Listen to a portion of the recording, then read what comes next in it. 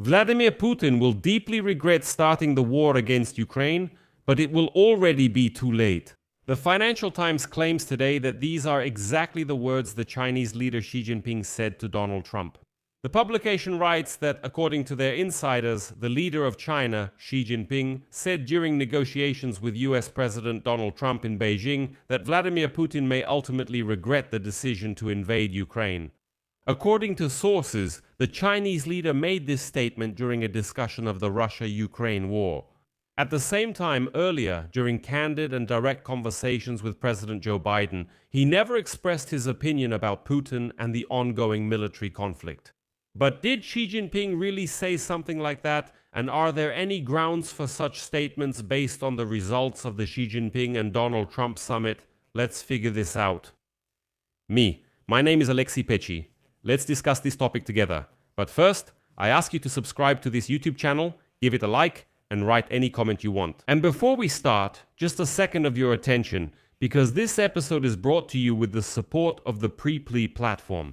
This is a Ukrainian platform for online foreign language tutors. There are about 100,000 teachers and 90 languages there. It's perfect for those of you who, for example, are living abroad and learning German, English, Polish, or really any language. And what's very important for you is that right now they have a 50% discount on the first lesson. That's why in the description of this video there's a link, and by following it, you'll immediately get a 50% discount from the YouTube channel Alexei Pechi. Well, let's move on to the episode. So, the Financial Times claims that Xi Jinping's comment came against the backdrop of Russia's war against Ukraine. After 4 years of full-scale frontline war, it has reached a deadlock. And Kiev has become more effective at using drones to strike Russian troops and targets deep inside filthy Russia. And that's why Xi Jinping told Trump that Putin will still regret ever starting this war. The Trump administration finally published a report on the Trump-Xi summit in Beijing, but it didn't mention that the leaders of the two countries discussed the Russia-Ukraine war at all. And here I'll make a little digression and discuss with you the results of Trump's visit to Beijing according to the White House itself. In particular, the White House website states that the leaders, quote, agreed that the United States and China should build a constructive strategic stability relationship based on fairness and reciprocity. It is mentioned that Xi Jinping will pay a visit to the US in the fall of this year, and also that, quote, both countries will support each other as hosts of the G20 summits and as supporters. The document also states that both leaders agreed that Iran cannot possess nuclear weapons. They called for the resumption of operations in the Hormuz Strait, and they agreed that no country or organization should be allowed to charge fees for the passage of ships.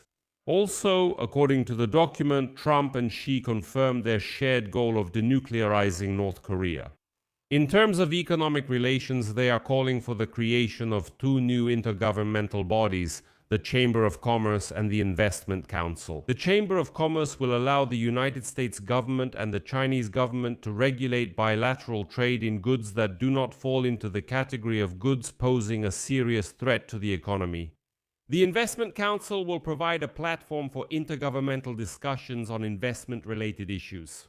The agreements regarding international trade are also listed. It is also reported that China will consider the U.S. concerns regarding supply chain shortages of rare earth elements and other critical minerals, including yttrium, scandium, neodymium, and indium. In addition, the White House noted that China has approved, this is an interesting point, approved the initial purchase of 2,200 American Boeing aircraft for Chinese airlines. And also, over the next 3 years, China will purchase U.S. agricultural products worth at least $17 billion per year. China also agreed to lift all restrictions on the import of American beef and poultry, that's all. But as you can see, not a word about Ukraine. At the same time, a representative of the Chinese Ministry of Foreign Affairs stated that the publication by the British outlet claiming that Xi Jinping criticized Putin during his meeting with Trump is pure fiction.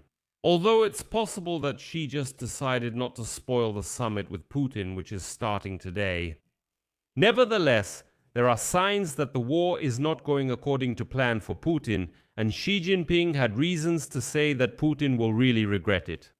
Why do I say that? Putin decided to launch a full-scale invasion of Ukraine in February 2022, 3 weeks after his trip to China, during which he and Xi Jinping announced a no-limits partnership.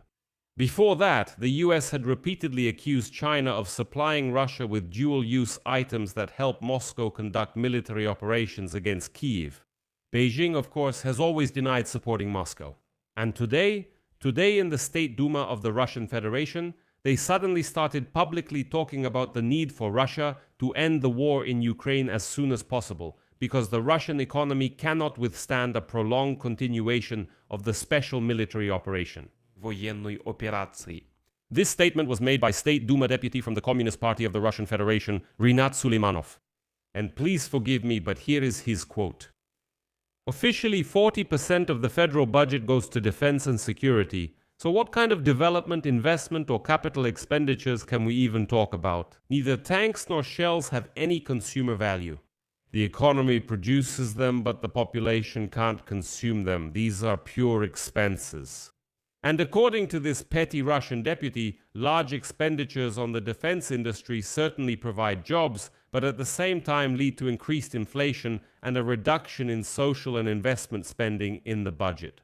At the same time, this little deputy emphasized that even after the war ends, enormous expenses will be needed to restore the occupied territories, as well as to support and help those who return from the front adapt. Well, these wild Russian Ivans and so on, well, most likely they'll just be written off. Well, that's Russia for you. Nevertheless, it's important to understand that the Financial Times' statement claiming that Xi Jinping supposedly told Trump that Putin will regret it seems strange. Well, and the game of telephone could have happened here at least twice. First, the Americans might have misunderstood or incorrectly translated from Chinese. Why is that? Because we know very well how Trump treats interpreters, and we remember that his special envoy, Stephen Witkoff, flew to meet with Putin for negotiations about Russia's war against Ukraine, and there he used the services of a Russian, unkempt interpreter. There you go. Secondly, this is not a direct quote from Xi Jinping, but rather an assessment by the Trump administration, retold by sources. We know exactly what assessments the Trump administration gives. There you go. Well, let me remind you, under Trump, negotiations to end Russia's war against Ukraine were already close to peace. Well, about 500 times. 500. He had ended the war with Iran about 15 times already. He probably made a nuclear deal with Iran about 30 times already, so you have to be very skeptical about this. In reality, if Xi Jinping really wants Vladimir Putin to regret it, he will do something to make Putin truly regret it. For now, Xi Jinping is doing everything to keep Putin afloat, because it is beneficial for Xi Jinping to have a wild, aggressive Russia, this so-called bear, as they call themselves, this wild, uneducated, uncouth bear, so that Russia in this form stays afloat as a kind of bogeyman for the entire West.